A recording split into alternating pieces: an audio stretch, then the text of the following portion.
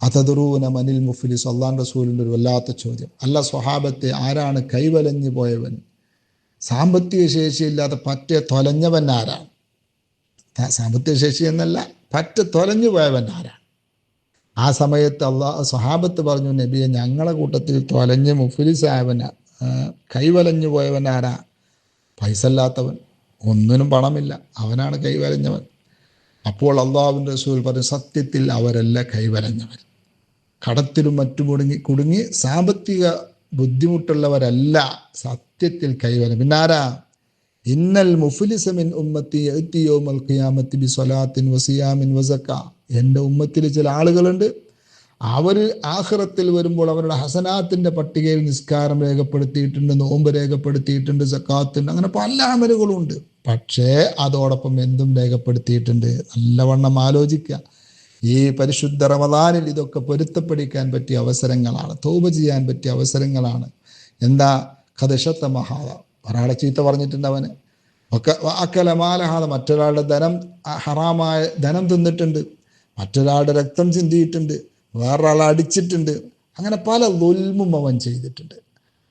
ആരെയൊക്കെയാണോ ദുൽമ ചെയ്തത്, ആ ദുൽമ ചെയ്യപ്പെട്ട ആൾക്ക് ഇവൻ്റെ ഹസനാത്തുകളൊക്കെ എടുത്തു കൊടുക്കും. നിസ്കാരം അവൻ എടുത്തു കൊടുക്കും, നോമ്പിൽ നിന്ന് അവൻ എടുത്തു കൊടുക്കും. അങ്ങനെ അവൻ്റെ ഹസനാത്ത് മുഴുവനും കഴിഞ്ഞാൽ ഉഖിദ മിൻ ഖത്വായാഹും ഫതുരിഹത് അലൈഹി, അവരുടെ തിന്മകളെ ഇവൻ്റെ മേലിൽ ചുമത്തും. നാം ആരെയാണോ ഭൂമിയിൽ വെച്ച് ആക്രമിച്ചത്, ദുൽമ ചെയ്തത്, അവർക്ക് കൊടുക്കാൻ നമ്മുടെ കയ്യിൽ ഹസനാത്തില്ലെങ്കിൽ അവരുടെ പക്കലുള്ള സയ്യിആത്തുകൾ എടുത്ത് നമ്മുടെ രേഖയിൽ ചുമത്തും. അല്ലാഹ്, എന്താ പറയാ?